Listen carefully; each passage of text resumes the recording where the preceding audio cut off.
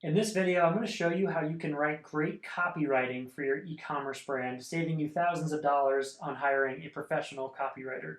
And we're going to do it using a framework called a StoryBrand. So I'm going to tell you all about story branding and why you should care about what that is. And then we're going to fill out a real story brand for an example product that I chose in my last video, which I'll link right here, which walks through how to find great products to sell online with e-commerce.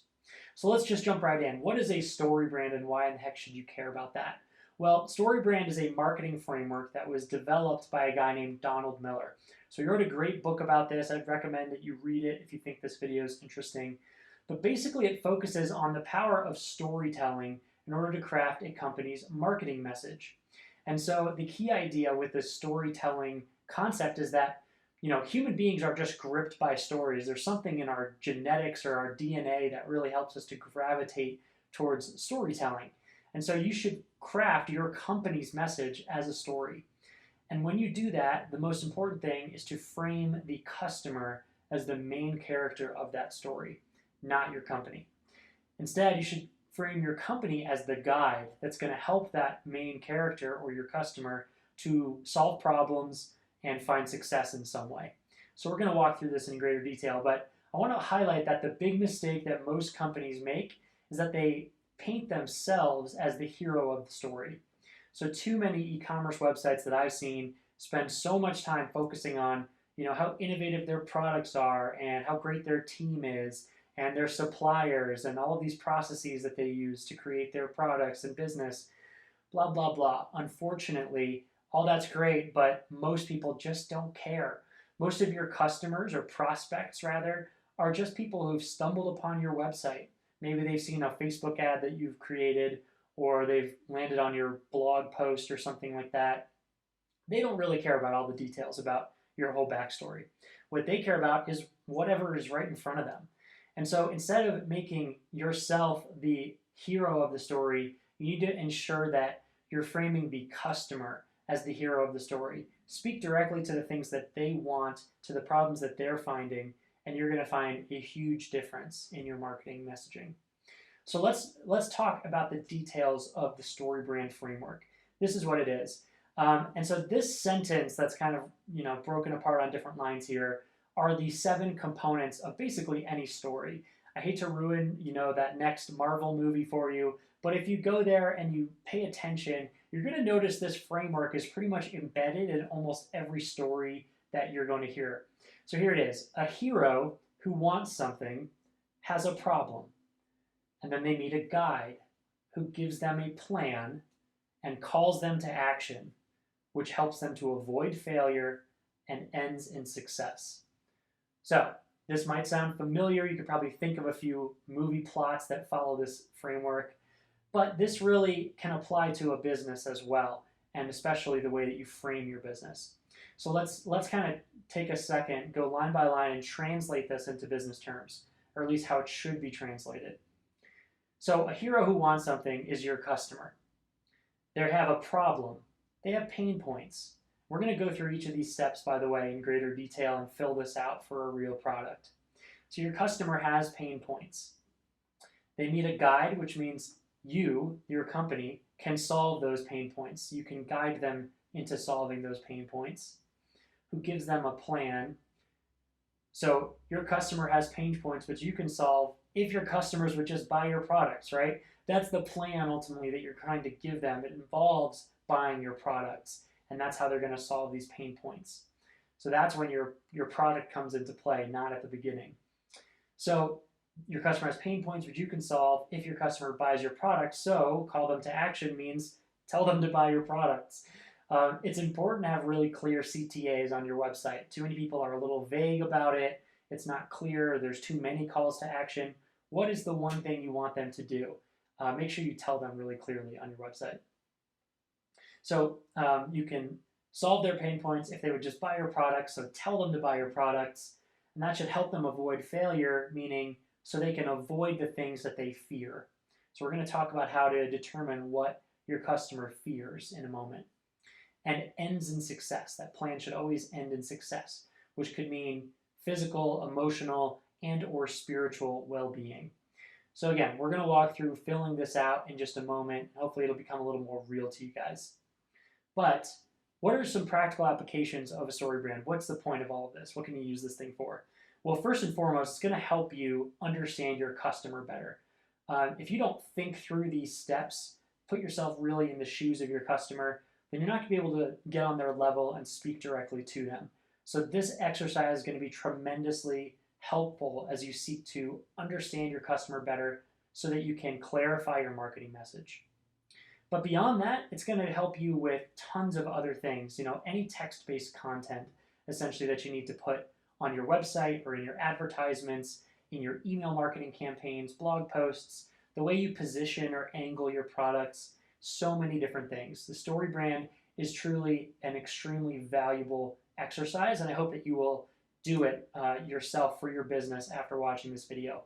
But before you do, let's take some time and actually walk through the StoryBrand framework. So what I'm going to do first is I'm going to open up this little template here that we created. It basically walks through those same steps that we just reviewed, but it also includes some bullets and some prompts here that you can fill out for your brand in order to actually, create your StoryBrand. And this is going to help you create your marketing copy for your website and all those other materials that we just mentioned. So rather than have you watch me fill this out for a product, I'm going to go away for a little bit. I'll fill this out, and then we'll come back and just look at each section individually. And just so you're aware, again, this is related to my last video where I talked about how to find great products to sell online. And at the end of the video, we found this solar-powered cooler product. It's a really cool product. It fits a lot of my criteria for a great drop shipping product to sell online. So in this sort of theoretical example, I'm just going to continue on from that video, use this product as the basis for my brand, and I'm going to fill out a StoryBrand with that in mind. So I'm going to go away for a second. I'll be back in a bit, and then we'll talk through this StoryBrand that I'm going to fill out right now. All right, I'm back. I've filled out my StoryBrand. Now let's just walk through it quickly to give you an idea for how to do this for your brand. So before I do that, I wanted to mention that I showed this tool in the last video too, but it's really cool, so it bears repeating. There's something called Lean Domain Search. It's a free tool. You don't even have to enter your email address. And you can just go ahead and type in some keywords that you think you might want to include in your domain name for your new website. And it's going to show you all of these different websites that are available with different permutations and different keywords thrown in the mix there. So it's pretty cool. We're doing this theoretical example with a cooler, and I'm going to be marketing it to campers and hikers in my fictitious example here. And so I just typed in solar and camp as keywords, and right off the bat, I saw that mysolarcamp.com is available. So I'm just going to use that as my brand name for this example. But this Lean Domain Search is a pretty cool tool. You should check it out if you're thinking about starting a new e-com website. So let's jump back over here to my populated StoryBrand that I filled out for my solar camp. So the very first step is to talk about the hero of the story, who is your customer. So we want to define your customer through two different lenses. The first is demographics, and the second is psychographics.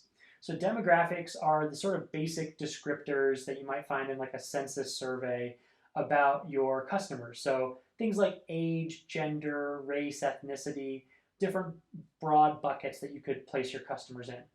So for this example, I've just wrote down age 24 to 55. I want people who are out of school, in the workforce for a little bit, maybe have some disposable income, because it is an expensive product that we're selling. Men or women could use this product. And we're going to say US focused for now, although it could be in different countries as well.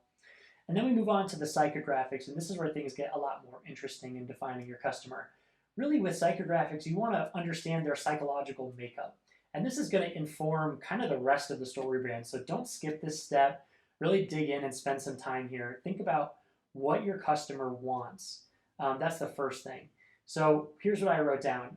My customer of this solar-powered cooler product that we're using as an example here wants to be a conscientious consumer. They want to be eco-friendly. They want to be part of a movement. It's part of something bigger than themselves, a clean energy movement perhaps. Right? So this is something that weighs on them. It's something that's really important to them. from a value perspective, right? So that's what we're getting at here. What are the values that your customer is really keen on understanding, on maintaining in their life? They want to be seen by their peers as responsible people and technologically savvy. The desire to be seen by their peers is really a universal desire. That's something that probably applies to your brand as well. You just have to think about it in terms of your products. How is social affirmation and social elevation something that's related to your products and brands? Because I guarantee it's a motivator for your customers in some way. Number third, they like to enjoy the outdoors. So maybe more of like a material kind of physical sense. They like to be outside, right? They love to camp. They love to hike. They want to enjoy things to their fullest extent and potential, and with their families and friends as well. Next, they want to be a good contributor to their in-group. Another sort of universal motivator, I would say. But anytime you're talking about a sort of communal activity, if your product relates to that at all, your customer probably wants to be a good contributor within their in-group. And finally, I'm thinking about families a little bit with this StoryBrand. So if my customer wants to impress their kids and kind of show them that camping is this great experience, as many parents do, that's something that is part of their psychological makeup as well. So that's my hero, that's my customer, that's who we're focusing on in our marketing messaging going forward, and that's the main character of this story that we're telling with my brand. So second step, the hero, the character here, has a problem. So we're going to talk about 3 different types of problems that they might have. First is external problems. So these are sort of the physical, material things that are maybe directly related to your product. These are kind of the basic problems that your product solves. So this cooler, what problems might be related to that? Well, maybe these campers, their drinks only stay cold and their food only stays fresh for the first afternoon of camping. And on a multi-day camping trip, by day 2, everything's melted and terrible, and you can't really, have fresh food and cold drinks.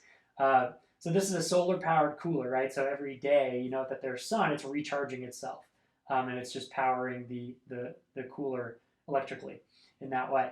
And so this solves that problem. Number 2, external problems. They might literally be hearing their children complaining on this camping trip because, oh, I'm thirsty or I'm hungry or whatever, the food sucks, right? So that's another external problem they might be dealing with. And next we come to internal problems, and these go kind of a layer deeper. So this kind of returns back to that psychological makeup and what's frustrating them emotionally related to your product. So for this example, I said 2 things. Number 1, they might feel like a failure if there are tons of hiccups with the family camping trip, right? So they're trying to impress their kids, they're trying to teach them a lesson, but things are just going wrong left and right. Number 2, they might have some frustration at having to fuss over all the details of putting together a fun trip. Thinking through how are we going to make sure we have good meals for each of these days. Maybe we're going to have to buy these little freeze-dried things that you just add boiling water to that don't taste very good. There's all these details that they have to plan that could be solved by having a great cooler like this one.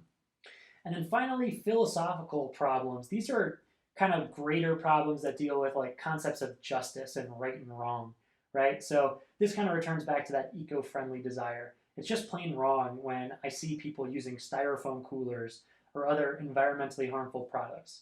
So that's another philosophical problem that is sort of overcome by this product. All right, so those are the problems that we were able to brainstorm for this customer, this main character. But then they meet a guide. So that's your company, right? And when you're talking about your company as a guide that's going to solve problems for a hero, you want to demonstrate 2 things. Number 1 is empathy, and number 2 is authority. With empathy, you're trying to demonstrate that you understand the problems that they're going through. This helps if you are a customer of your brand, right? If you can really put yourself in their shoes because you are the target market, then you're really going to understand this, right? But if not, you're going to have to figure out some way to connect, your understanding to the problems that we just brainstormed in this last step. So hopefully that makes sense. You want to demonstrate empathy so that you're on the level with your customer. Oftentimes you could do this through a real story that you went through or that someone went through or another customer went through. That's a great way to demonstrate empathy. Number 2, when it comes to authority, I like to think about this through two different subcategories: customer proof, so things like, how many people have bought it, what's the average review rating, are there any testimonials or stories you can present to people, and then statistics, right? So this doesn't even have to be necessarily related to your brand, although it would be better if you created your own survey or something. But you can even find just surveys that have been done by other organizations and reference those. That can help demonstrate that you are an authority in the space, that you're an expert in your market. So I found an example here. According to the annual Global Conference on Energy Efficiency, solar panel usage is up 22% in recent years, but 25% annual growth will be necessary in order to help achieve net zero emissions by 2050. So you see how this is like creating a cause that our customers can get behind, right? And it also demonstrates that I know the space, I'm an authority or an expert in this particular space. So that's the guide. Those are the two things you want to demonstrate with your brand. Next, we come to the plan, right? So you've demonstrated empathy and authority, but now you need to give them a plan for how they can go about solving these problems. So there's two different types of plans that Donald Miller talks about in his book. Number one is the process plan. So these are the specific steps that they need to take in order to solve the problems and how your product is actually going to do it, right? So purchase this cooler, it can solve many of these problems. Pay all up front or use one of our buy now, pay later plans, right? So literally, what are the steps? Like right down to the nitty gritty of payment details, how long is it going to take for me to get the product? Once I get the product, how am I going to actually use it? So we reference that we have good setup instructions and maintenance instructions. Maybe there's a warranty as well, so they don't have to worry about a thing. Then you come to the agreement plan, and actually this is where you'd mention a warranty if you had that. This is something like a guarantee that you might want to attach to your product. If you're not totally satisfied within 30 days, just send it back, pay the shipping, and we'll give you your money back, something like that. This is a plan that helps them to basically get over that hurdle that says, what if I don't like this product once I buy it, right? So that's the agreement plan. This is usually pretty easy for people to fill out, so I won't spend too much time on it.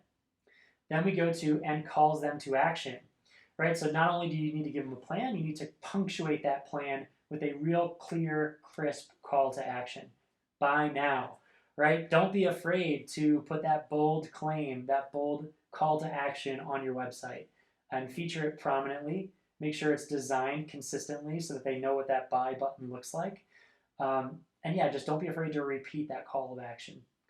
It's really important. Then there's also transitional calls to action, which are things like lead capture, right? Ways that you can get people to give you their email address in exchange for something valuable, maybe like a discount code or a trends report or something that you've put together about clean energy. In this example about the solar panel cooler, so yeah, those are calls to action. Again, pretty straightforward here, so I won't spend too much time on that. Now, that plan with the calls to action should help them to avoid failure. This means you need to have a good understanding of what your customer fears. So if you filled out the psychographics component of the customer definition earlier, you probably have a pretty good idea of what these are. But for my example, we can see that this customer might be afraid that their kids are going to grow up to load that family camping trip, right? They want it to be a good experience and a memorable experience. Second, they might be afraid that their food and drinks are going to spoil during their camping trip. Again, you can see how these tie back to the problems that we brainstormed up here, right? All three different types: the external, the internal, the philosophical.